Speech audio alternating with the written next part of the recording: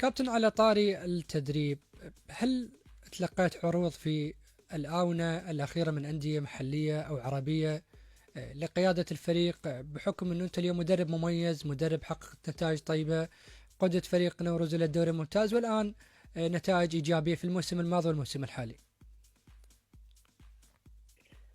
أنا الحمد لله والشكر لله بالدوري المضى هذا السنة، يعني كملنا العام الماضي جتني عروض أكثر من 7-8 أندية. نعم.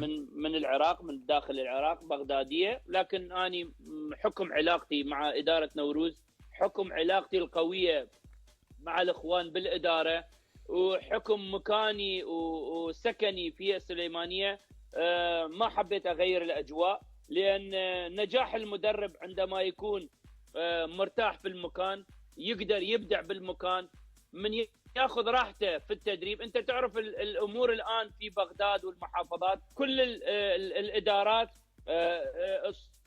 صب جم غضبها وجم عدم سوء النتائج على المدرب. ما نعم. حبيت انه اغير على المدرب دائما، بغض النظر عما يقدم المدرب وما من مجهودات كبيره يقدم المدرب، لكن احيانا النتائج لا تلبي الطموح. لفتره قصيره تشوف انت بعض المدربين استغنوا عنهم من مباراتين. نعم. بعض المدربين من 4-5 مباريات استغنوا عنهم، وتشاهد انت الاقالات كثيره لحد الان. اعتقد 13-14 مدرب. صح، وهذا امر سلبي على الدوري. نعم. فأني ما حبيت أغير الأجواء نتيجة المكان اللي مرتاح به، أيضا فضلت الاستقرار. نعم. مع فريقي. نعم.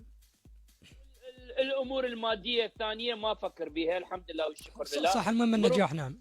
في المادية جيدة، الحمد لله والشكر لله. نهاية أنا مع نوروز إلى وقت احس به بعد انه ما اقدر اطور من قدرات لاعبي نوروز، وما اقدر اطور من نادي نوروز. اني راح انسحب قبل الاداره. عفوا كابتن.